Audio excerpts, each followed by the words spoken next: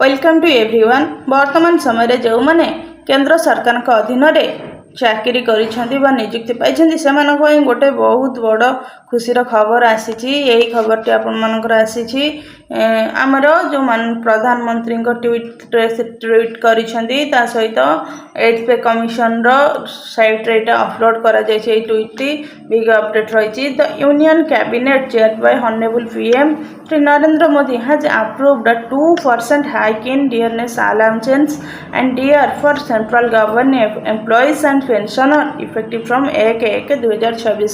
अर्थात जो मैंने सेंट्रल गवर्नमेंट एम्प्लॉय अच्छा से जो डियरनेस अलाउंस और डीआर जो रही 2% वृद्धि करागला एवं यही 2% वृद्धि से 1/1 अर्थात जनवरी 1 तारिख 2026 मसीह लागू करा पूर्वर पैसा गुड़े से एरियर आकार पाइबे।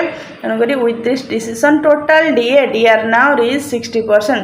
तो देखा गले वर्तमान समय से मूल दरमार डीए आउ डीआर वर्तमान समय 60% अर्थात 60% वृद्धि पाई। तो यह आमर सेंट्रल गवर्नमेंट जो मैंने जॉब कर गोटे खुशीर खबर। यही अनुसार से 1/1/2026 एप्रिल 2% अधिक डीए डीआर हाइक करा सर्वमोट देखा गले 60% से डीआर अलाउंसेस पाइबे।